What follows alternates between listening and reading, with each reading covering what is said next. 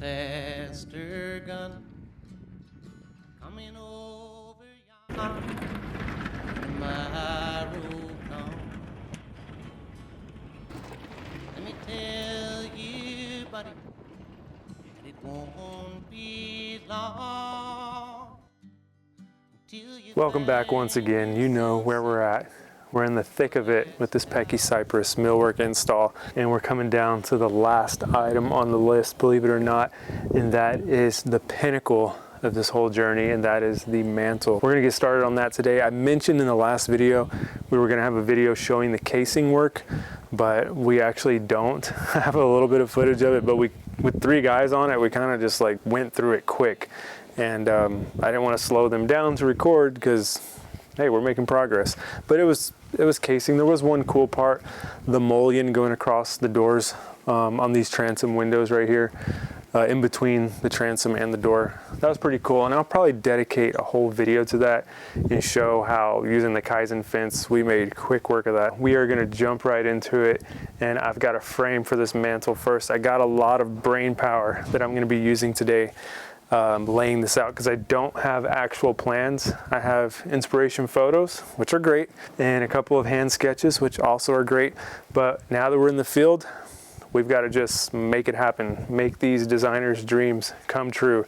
And that's what I'm going to try to do. So let's get into it. So if you've been following this series of us installing this Pachycypress millwork, you know we did the wainscot, the beams, and then we wrapped our beams with the crown molding. All of those were individual videos per task. This one is where that changes. We are not going to finish this in a single video. So today my goal is to get the framing for this done, and I'm thinking this goes 2 to 3 part series, because maybe 4, because there's a detail in here that I actually do not have the capability of doing. Because when I show you the sketch that I'm working off, you'll be able to see what it is I'm trying to frame for today, and then also that detail. There's no way I'm doing it. I don't even own a carving set. I probably should go buy one. But look at what we have to do. So here is the drawing that I'm working off to construct this mantle. You can see that's where I got our wainscot design if you saw that first video. But this right here is a little bit tricky because only working off this and not having drawings or dimensions of anything is really just me putting my brain to work and saying, all right, let's make this look like this. This looks proportional, it looks good. How do we execute that?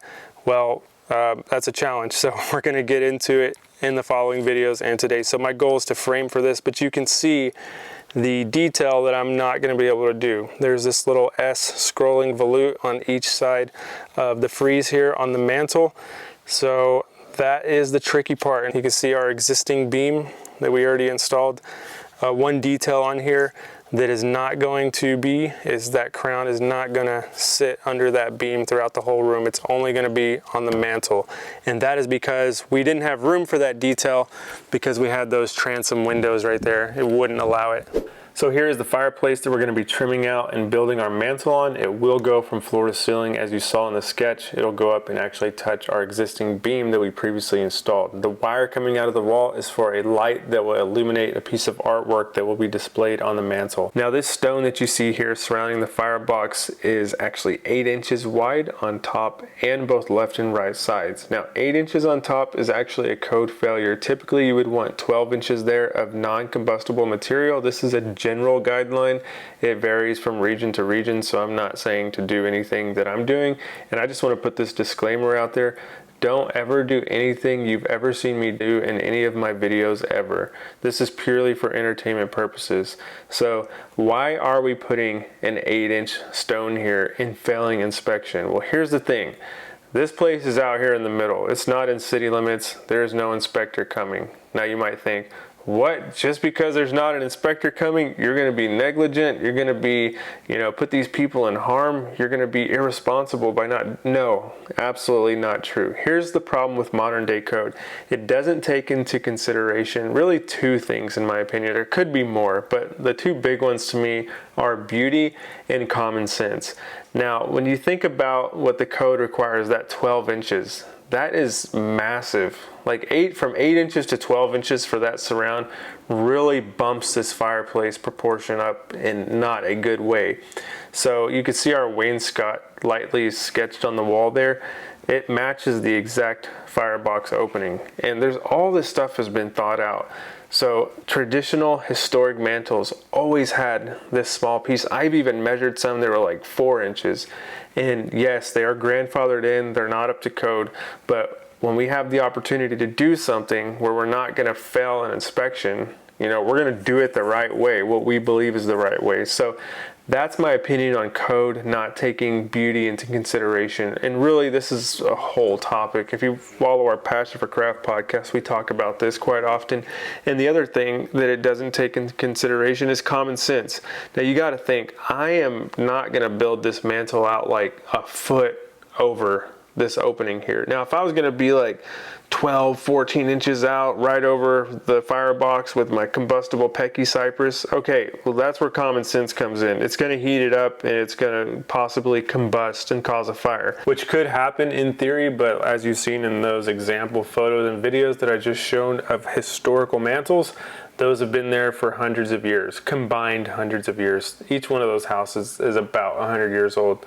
So there's that. So you see me putting this together, and I'm going to be framing this. This is going to be a really simple framing process. These are 2x6s. I'm laying them flat on the wall when I frame for this, because with these and then the sheet of plywood that I'm going to lay over these, and then also my Pecky cypress, that's going to build me out to 3 inches, which is where I want to be, because my wainscot at the cap is my furthest projection on my wainscot, and I need something there that's around 3 inches to catch that.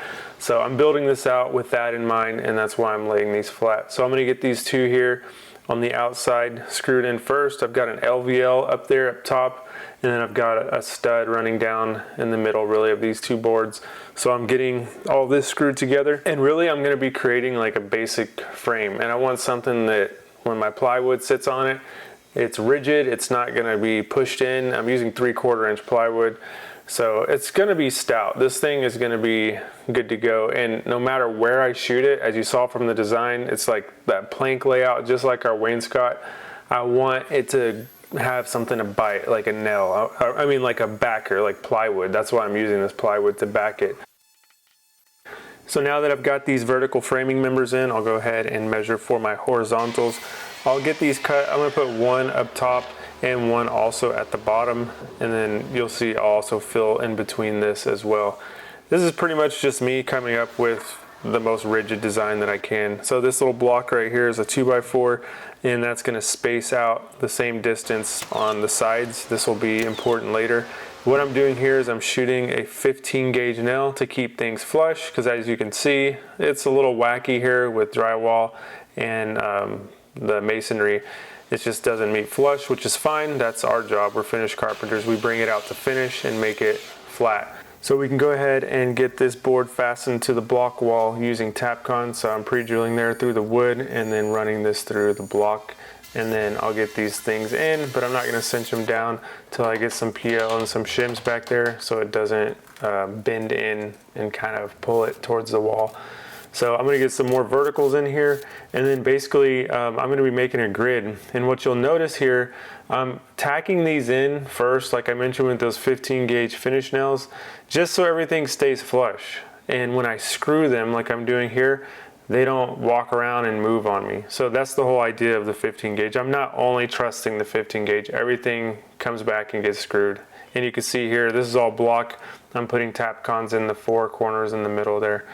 And you can see everything looks nice and flush, and it's flat and ready for my plywood. Kind of funny, like my framing right here looks like a modern accent wall. So I think I figured out where modern accent walls came from. They just saw the framing and they're like, that's good. That's good, let's just paint that. So at this point I can go ahead and cut my plywood down to cover up my new ugly accent wall, and I'm doing this with the track saw, the TS75. This thing is a beast, and I bought this for straight line ripping and have used it a lot. We did some sapele the other day. You'll see more about that later in the video. So here I'm marking out where that wire needs to come through, and then I'll drill a hole for it, and I'll just send it through and set this up in place and nail it. Again, I am just tacking it in with 15 gauge, and then I can send it home with some screws later. So I get that wire tied back up and get my next sheet. And from here on out, it's pretty basic. I'm just covering with plywood. There's one detail that really needs attention, and that is on this last sheet, because here I need to leave 3/4 of an inch for my piece of wood to sit down on my stone. This will be finished board. So that piece I'm holding is 3/4 pecky, and I'm holding it up to see where this plywood needs to end, because we want a finished surface there. So when I put this up and lift it in place, you'll notice is a 3/4 inch gap between plywood and edge of stone. I'm gonna do that same thing on the sides. So I'll get this ripped down, easy to do on the table saw. No need to bring the track saw for that little rip, and get this installed and put in place. So this here is the same exact idea. Just gonna get it fit and check it with my 3/4 inch sample and make sure I've got this clearance all the way around. So obviously I'm gonna do the same thing on this left side over here, making sure I've still got that same reveal, make sure it all checks out, and then send it home with some 15 gauge. And really this is it. This is it for the framing. We are prepped and ready for the next session to start putting some finished boards on this. This is nothing to write home about, but a lot of people ask, like, how do you get to the process of where you're doing? This is it. This is like the nitty gritty of carpentry. These are the kind of things that, hey, it's not flashy, it's not finished, it's not really spectacular looking at all, but this is like step one and what we're gonna do here. So the next video obviously will be putting some finished boards on this. So check it out, guys. We are wrapping this project up. It's gorgeous, solid white oak, that cabin right there, absolutely insane. We got this little metal roof on both sides over that Dutch door as well. We actually installed that Dutch door, and we still got some adjustment to do on it. Those things are tricky, but this is looking so good. Gutters are on, stone is done. I don't remember the last time you guys seen this, but this exterior is pretty much done. Yesterday, I built a shutter, like a single shutter for these windows here. Just one so far. We're gonna see if it's approved, but this thing is gigantic. Those windows are 40 inches wide, so it's a 40-inch shutter. We're gonna see if that gets approved, but it looks awesome. So this job, I mean, it's crazy how quick. This will be done in about 2 years, almost under 2 years, from breaking ground to finishing and punch out. I mean, it'll be close to that 2-year mark. So I haven't been here the whole time. Obviously, I came in for finished carpentry stuff, but I brought you up here to show you this and to show you this didn't start like this, of course.